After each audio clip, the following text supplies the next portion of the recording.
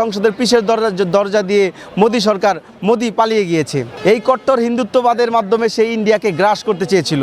16 বছরের যে একটা রিজিম সরকার, একটা ফেসিস্ট সরকার, মানুষকে যে একটা ফেসিস্টের আন্ডারে নিয়ে গিয়েছিল, এই তরুণ প্রজন্ম জেএনজির যে তরুণরা আমরা আন্দোলন করে এই সরকারকে আমরা হটিয়েছি। এখন আমরা দেখতে পাচ্ছি পার্শ্ববর্তী দেশ ভারতের মধ্যেও জেএনজিরা একটা আন্দোলন শুরু করেছে। এখানে আপনার ককরোচ জনতা পার্টি নামের একটি পার্টি তৈরি করেছে। তারা 20-25 দিনের মতো হাঙ্গার স্ট্রাইক করেছে। সেখানে অনেক বড় বড় ইন্ডিয়ার বড় একজন বিজ্ঞানী, তার নাম হচ্ছে ওয়াংশুং বাংরু, যার থেকে অনুপ্রাণিত হয়ে 3 ইডিয়টস মুভি তৈরি হয়েছিল, তিনিও হাঙ্গার স্ট্রাইক করেছে।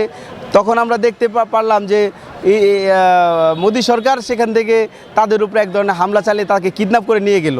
সকলের সামনে থেকে সেই সমাবেশ থেকেই ওয়াংশুং বাংরুকে তুলে নিয়ে গেল। তখন যে জেএনজি পার্টি, যারা ককরোচ জনতা পার্টি, তারা হচ্ছে সংসদ অভিমুখে যখন হাঁটা ধরল, সবাই একত্রে সংসদের দিকে অগ্রসর হলো, তখন হচ্ছে সংসদ থেকে সংসদের পিছের দরজা দিয়ে মোদি সরকার পালিয়ে গিয়েছে। কারণ মোদির মধ্যে যেই আইডিওলজি, যেই থিঙ্কিং, সেটা হচ্ছে কট্টর হিন্দুত্ববাদ। এই কট্টর হিন্দুত্ববাদের মাধ্যমে সেই ইন্ডিয়াকে গ্রাস করতে চেয়েছিল।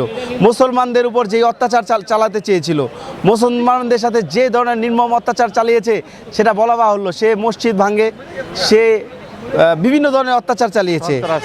সেই সন্ত্রাসী কর্মকাণ্ডের বিরুদ্ধে জেএনজি পার্টি অগ্রসর হয়েছে, যার মাধ্যমে ইন্ডিয়া এখন এই যে কট্টর হিন্দুত্ববাদ মুক্ত হতে যাচ্ছে। আমরা বাংলাদেশ থেকে এই জেএনজি পার্টিকে আমরা সমর্থন জানাচ্ছি। এই জেএনজি যে তরুণ প্রজন্ম, একটি ন্যায় ভিত্তিক ভবিষ্যৎ গড়ার উদ্দেশ্যে তারা যেই সংগ্রাম চালিয়ে যাচ্ছে, তাদেরকে আমরা সমর্থন জানাচ্ছি বাংলাদেশ থেকে। আর একটা কথা বলবো যে বর্তমানে আমরা একটা জিনিস লক্ষ্য করেছি যে ভুটান, নেপাল, শ্রীলঙ্কা, এইভাবে ধারাবাহিকভাবে বাংলাদেশ থেকে এই যে পুরা বিশ্বের যেই তরুণ প্রজন্ম, এটা হচ্ছে বিশ্বের একটি ভবিষ্যৎ।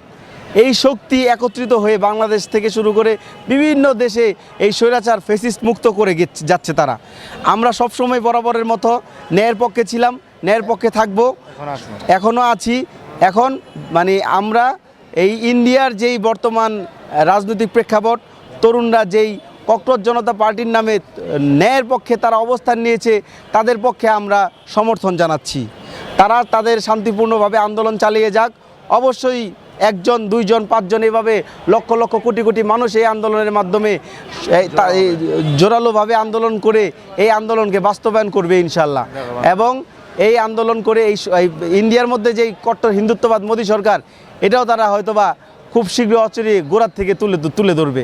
এবং আমরা একটি কথা বলতে চাই, বাংলাদেশের প্রেক্ষাপট, যে বাংলাদেশের মধ্যে আমরা আন্দোলন সংগ্রাম করেছিলাম, সম্মুখ সারি থেকে আমি জুলাই আন্দোলন করেছি। আমাদের একটি লক্ষ্য ছিল, এই লক্ষ্যটা এই ছিল যে বাংলাদেশে একটি সুন্দর দেশ হবে। নতুন যেই আসবে সরকারে, তারা নব্য কোনো ফেসিস্ট তৈরি হবে না, নব্য ফেসিস্ট তৈরি হতে পারবে না।